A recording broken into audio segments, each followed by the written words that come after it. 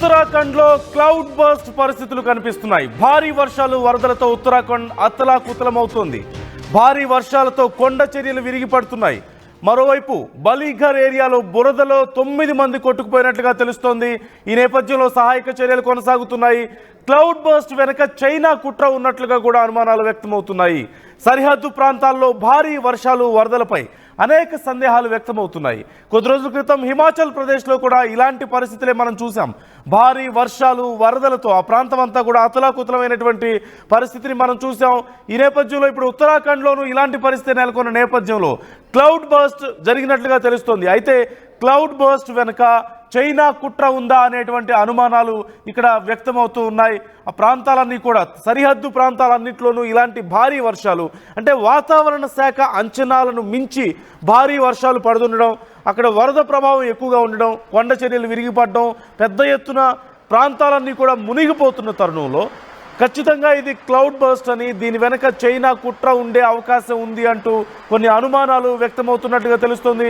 గతంలో మనం ఒకసారి గుర్తు చేసుకోవాలి, హైదరాబాద్లో కూడా ఇలాగే భారీగా వర్షాలు పడిన తరుణంలో కేసీఆర్ కూడా ఈ మాటను చెప్పారు. క్లౌడ్ బర్స్ట్ చేశారు, ఎవరో కుట్ర చేసి ఉండొచ్చు అనేటువంటి అనుమానాన్ని ఆయన వ్యక్తం చేశారు. సరే, ఆ సందర్భంలో అది నిజమైనా కాకపోయినా ఇప్పుడున్నటువంటి పరిస్థితులు చూస్తుంటే, ఉత్తరాఖండ్లో కానీ హిమాచల్ ప్రదేశ్లో కానీ పరిస్థితులు చూస్తుంటే ఖచ్చితంగా ఏదో కుట్రకోణం ఉందేమో అనేటువంటి అనుమానాలు వ్యక్తమవుతున్నాయి. సామాన్య ప్రజలకు ఇవేవో భారీ వర్షాల్లాగా వరదల్లాగా కనిపిస్తున్నప్పటికీ కూడా వాతావరణ శాఖ అధికారులు ఎప్పటికప్పుడు వాతావరణాన్ని పరిశీలిస్తూనే ఉంటారు. వర్షపాతం ఎంత నమోదవచ్చు అనేది ఒక అంచనా ఉంటుంది. కొంత అటు ఇటుగా నమోదవడం అనేది సహజమే. కానీ అంచనాలకు అతీతంగా, అంచనాలకు అందరంత స్థాయిలో ఒక్కసారిగా భారీ వర్షాలు పడడం క్లౌడ్ బర్స్ట్గా మనం చెప్తూ ఉంటాం.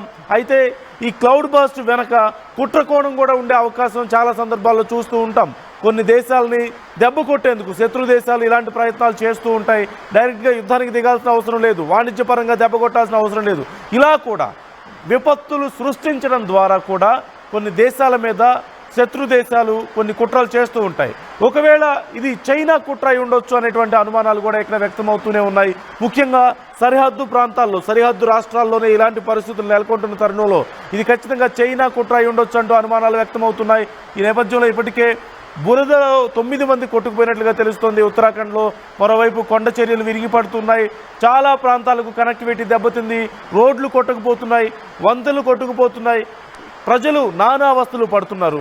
తాగడానికి నీళ్లు లేక, తినడానికి తిండి లేక కనెక్టివిటీ పోయి ప్రజలు నానా అవస్థలు పడుతున్నటువంటి పరిస్థితి కనిపిస్తోంది.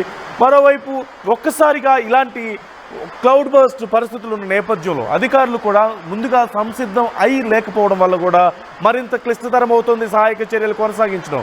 ఎందుకంటే వాతావరణ శాఖ అధికారులు ఒక అంచనాకు వస్తారు. ముందు ఎంతవరకు వర్షపాతం నమోదయ్యే అవకాశం ఉంది, లేదంటే ఏ ప్రాంతాల్లో వరదొచ్చే అవకాశం ఉంది, అక్కడ నదులే ఉన్నాయి, కాలువలే ఉన్నాయి, కొండ ప్రాంతాల్లో ఎలాంటి ఏదైనా ప్రభావం చూపించే అవకాశం ఉంటుందా అంటూ అన్ని రకాలుగా ఒక ఎస్టిమేషన్ అనేది సహజంగా వాతావరణ శాఖ అధికారులకు ఉంటుంది. కానీ ఇలాంటి క్లౌడ్ బర్స్ట్ పరిస్థితుల్లో అంటే ఒక్కసారిగా ఊహించనంత వర్షం పడితే, భారీ ఎత్తున వరద ముంచుకొస్తే అప్పటికప్పుడు సహాయక చర్యలు చేయడం సహజంగా చాలా కష్టతరమైనటువంటి పరిస్థితి.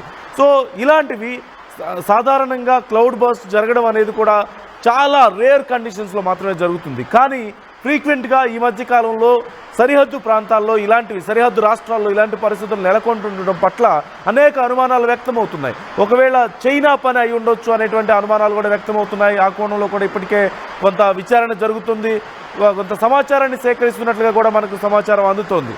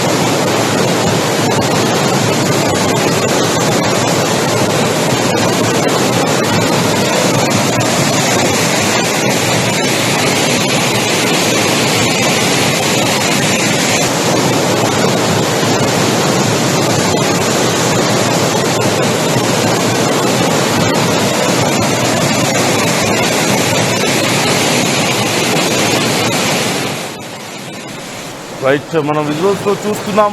భారీ ఎత్తున నదులు ఉప్పొంగి ప్రవహిస్తున్న నేపథ్యంలో చాలా ప్రాంతాల్లో కొండ చర్యలు విరిగి పడుతున్న తరుణంలో ప్రజలు నానా అవస్థలు పడుతున్నారు. ఇప్పటికే బురదలు 9 మంది కొట్టుకుపోయినట్లుగా తెలుస్తోంది. సహాయక చర్యలు కొనసాగుతున్నాయి. అయితే క్లౌడ్ బర్స్ట్ కారణంగా అధికారులు ఈ సహాయక చర్యలను కొనసాగించడం కూడా చాలా కష్టతరమవుతుంది. క్లౌడ్ బర్స్ట్ వెనక ఖచ్చితంగా చైనా హస్తం ఉండి ఉండొచ్చు అంటూ కూడా అనుమానాలు వ్యక్తమవుతున్నాయి. ఈ కోణంలో ఇప్పటికే విచారణ ప్రారంభమైనట్లుగా తెలుస్తోంది. మీ అభిప్రాయాలు కూడా తెలియజేయండి. ఈ అంశానికి సంబంధించి ఇంత సడన్గా క్లౌడ్ బర్స్ట్లు ఇలా సరిహద్దు ప్రాంతాల్లో, సరిహద్దు రాష్ట్రాల్లో జరగడం పట్ల మీ అభిప్రాయం ఏంటి? చైనా హస్తం ఉండి ఉండొచ్చు అంటూ అనుమానాలు వ్యక్తమవుతున్నాయి. ఈ విషయంలో కూడా మీ అభిప్రాయాలను వ్యక్తం చేయండి.